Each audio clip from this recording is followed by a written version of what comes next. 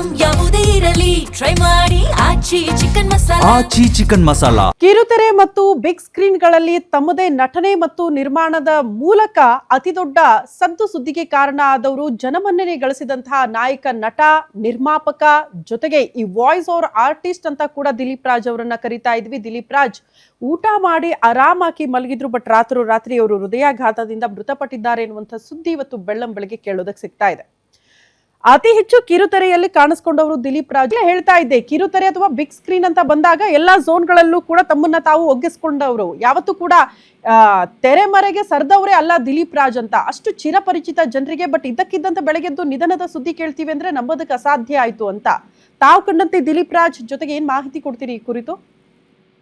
Exactly ಶ್ರುತಿ, ನಿಜಕ್ಕೂ ಇವತ್ತು ಕನ್ನಡ ಚಿತ್ರರಂಗ ಮತ್ತೆ ಕಿರುತೆರೆ ಲೋಕಕ್ಕೆ ಒಂಥರ ನೋವಿನ ಸಂಗತಿ, ಬೇಸರದ ಸಂಗತಿ. ಮುಂಜಾನೆ ಎದ್ದಿದ ತಕ್ಷಣ ನಮ್ಗೆ ಈ ತರದ ಒಂದು ಸುದ್ದಿ ಬರುತ್ತೆ ಅಂತ ಬಹುಶಃ ಯಾರು ನಿರೀಕ್ಷಿಸಿರಕ್ಕೆ ಸಾಧ್ಯನೇ ಇಲ್ಲ ಅಂತ ಅನ್ಬೋದು. ನೀವ್ ಹೇಳ್ದಂಗೆ ಸಾಯುವಂತ ವಯಸ್ಸು ಅವ್ರದ್ದು ಅಲ್ವೇ ಅಲ್ಲ. ಯಾಕಂದ್ರೆ ಈಗಷ್ಟೇ 47 ಅವರು, ಮೊನ್ನೆ ಅಷ್ಟೇ 47th ಬರ್ಡೇ ಕೂಡ ಸೆಲೆಬ್ರೇಟ್ ಮಾಡ್ಕೊಂಡಿದ್ದಾರೆ. ತುಂಬಾ ಲವಲವಿಕೆಯಿಂದ ಓಡಾಡ್ಕೊಂಡಿರ್ತಾ ಇದ್ದಂತವ್ರು, ಕಿರುತೆರೆ ಸಿನಿಮಾ ಎರಡರಲ್ಲೂ ಸಿಕ್ಕಾಪಟ್ಟೆ ಬ್ಯುಸಿ ಇದ್ದಂತಹ ನಟ, ನಿರ್ದೇಶಕ, ನಿರ್ಮಾಪಕ. ಅಂದ್ರೆ ಎಷ್ಟು ಆಕ್ಟಿವ್ ಆಗಿರ್ತಿದ್ರು ದಿಲೀಪ್ ರಾಜ್ ಅನ್ನೋದಕ್ಕೆ ಅವ್ರ ಸುತ್ತಲೂ ಇರ್ತಕ್ಕಂಥವ್ರು ಮತ್ತೆ ಸೆಟ್ ಅಲ್ಲಿ ಇರ್ತಕ್ಕಂತಹ ಏನು ಟೆಕ್ನಿಷಿಯನ್ಸ್, ಕಲಾವಿದ ಅದಕ್ಕೆ ಸಾಕ್ಷಿ ಆಗ್ತಿದ್ರು ಅಂತ ಅನ್ಬೋದು. ಯಾವುದೇ ಸಿನಿಮಾ ಮಾಡಿದ್ರು ಕೂಡ ಆ ಪಾತ್ರಕ್ಕೆ ಜೀವ ತುಂಬುವಂತ ಕಾರ್ಯ ಅವ್ರು ಮಾಡ್ತಾ ಇದ್ರು. ಅವರಿಗೆ ದಿಢೀರ್ ಅಂತ ಹಾರ್ಟ್ ಅಟ್ಯಾಕ್ ಆಗಿದೆ, ಅವ್ರು ಇನ್ನಿಲ್ಲ ಅಂತಕ್ಕಂತ ಮಾಹಿತಿ ನಿಜವಾಗ್ಲೂ ಇದೊಂಥರ ಬರಸಿದಲು ಬರದಂತೆ ಆಗಿದೆ ನಮ್ಮ ಇಂಡಸ್ಟ್ರಿಗೆ ಅಂತಂದು ಹೇಳ್ಬೋದು. ಒಬ್ಬ ಪ್ರತಿಭಾನ್ವಿತ ಕಲಾವಿದನನ್ನ ಕಿರುತೆರೆ ಲೋಕ ಮತ್ತೆ ಚಿತ್ರರಂಗ ಕಳ್ಕೊಂಡಿದೆ ಅಂದ್ರೆ ತಪ್ಪಾಗಲ್ಲ. ಸುಮಾರು ಇವರು ಕಿರುತೆರೆ ಲೋಕದಲ್ಲಿ ದೊಡ್ಡ ಮಟ್ಟಕ್ಕೆ ಹೆಸರು ಮಾಡಿದಂತ ಒಬ್ಬ ಕಲಾವಿದ್ರು.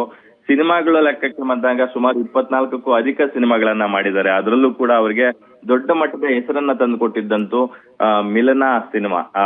ಪುನೀತ್ ರಾಜ್ಕುಮಾರ್ ಅವರು ಮಾಡಿದಂತ ಮಿಲನ ಸಿನಿಮಾದಲ್ಲಿ ಆಂಟಗನಿಸ್ಟ್ ರೋಲ್ ಅನ್ನ ಮಾಡಿದ್ರು ಅವರು. ಸೊ ಆ ಸಿನಿಮಾದಿಂದ ಸಿಕ್ಕಾಪಟ್ಟೆ ಅವರಿಗೆ ಪಾಪ್ಯುಲಾರಿಟಿ ಬರುತ್ತೆ. ಅದಾದ್ಮೇಲೆ ಲವ್ ಗುರು, ಗಾನ ಭಜಾನ ಸೇರಿದಂತೆ ಸಾಕಷ್ಟು ಸಿನಿಮಾಗಳನ್ನ ಮಾಡ್ತಾರೆ. ಇತ್ತೀಚೆಗೆ ಡಾರ್ಲಿಂಗ್ ಕೃಷ್ಣ ಮತ್ತೆ ಮಿಲನ ನಾಗರಾಜ್ ಪ್ರೊಡ್ಯೂಸ್ ಮಾಡಿ ಡೈರೆಕ್ಟ್ ಮಾಡಿದಂತ ಸಿನಿಮಾ ಲವ್ ಮಕ್ಟಲ್ 3 ಅವರ ಕಟ್ಟ ಕಡೆಯ ಸಿನಿಮಾ ಅಂದ್ರೆ ತಪ್ಪಾಗಲ್ಲ. ಅವ್ರದೇ ನಿರ್ಮಾಣ ಸಂಸ್ಥೆಯಲ್ಲಿ, ಅವ್ರದೇ ನಿರ್ಮಾಣದಲ್ಲಿ ಮೂಡಿ ಬಂದಂತಹ ಒಂದು ಸೀರಿಯಲ್ ಅಲ್ಲೂ ಕೂಡ ಆಕ್ಟ್ ಮಾಡಿದಂತಹ ನೇಹಾ ಪಾಟೀಲ್ ಅವ್ರು ಮಾತಾಡ್ತಾ ಇದ್ರು. ಬಹಳ ಹತ್ತಿರದಿಂದ ನೋಡಿದ್ದೀನಿ, ಅವ್ರ ಜೊತೆಗೆ ಸ್ಕ್ರೀನ್ ಶೇರ್ ಮಾಡಿದ್ದೀನಿ. ಬಹಳ ಫಿಟ್ ಅಂಡ್ ಫೈನ್ ಆದಂತಹ ವ್ಯಕ್ತಿ, ಹಿಂಗಾಗುತ್ತೆ ಅಂದ್ರೆ ನಂಬೋದಕ್ಕೆ ಅಸಾಧ್ಯ ಅನ್ನುವಂತಹ ವಿಚಾರ. 48 ವರ್ಷಕ್ಕೆ ಇಹಲೋಕ ತ್ಯಜಿಸಿದ್ದಾರೆ ದಿಲೀಪ್ ರಾಜ್.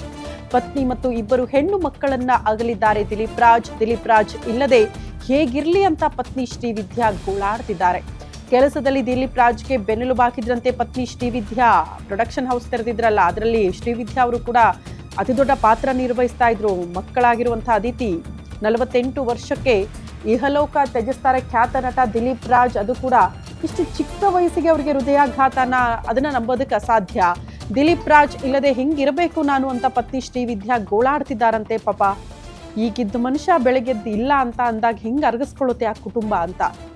2 ಹೆಣ್ಣು ಮಕ್ಕಳು ಅದಿತಿ ಮತ್ತು ಧೃತಿ ಕಣ್ಣೀರ್ ಹಾಕ್ತಿದ್ದಾರೆ ಅನ್ನೋದ್ರ ಬಗ್ಗೆ ಮಾಹಿತಿ ಸಿಗ್ತಾ ಇದೆ. ಈ ಬಗ್ಗೆ ಮತ್ತಷ್ಟು ಡೀಟೇಲ್ಸ್ ಅನ್ನ ಪಡ್ಕೊಳ್ಳೋಣ. ನಮ್ಮ film bureau head Lakshmi Narayan ದೂರವಾಣಿ ಸಂಪರ್ಕದಲ್ಲಿದ್ದಾರೆ. ಲಕ್ಷ್ಮಿ, ನೀವು ದಿಲೀಪ್ ರಾಜ್ ಅವರನ್ನ ಬಹಳ ಹತ್ತಿರದಿಂದ ನೋಡಿರ್ತೀರಿ. ಅವ್ರು ಹೆಂಗೆ ಅನ್ನೋ ಅವರ ಸ್ವಭಾವ ಎಲ್ಲವೂ ಕೂಡ ಬಹಳ ಚೆನ್ನಾಗಿ ಗೊತ್ತಿರುತ್ತೆ. ಹೆಂಗ್ ನೆನಪು ಮಾಡ್ಕೊಳ್ತೀರಿ ನೀವು as a film bureau head ಆಗಿ? ಮುಂದಾಗಿದ್ದಾರೆ ಅಂತಂದ್ರೆ ತಪ್ಪಾಗಲ್ಲ ಶ್ರುತಿ.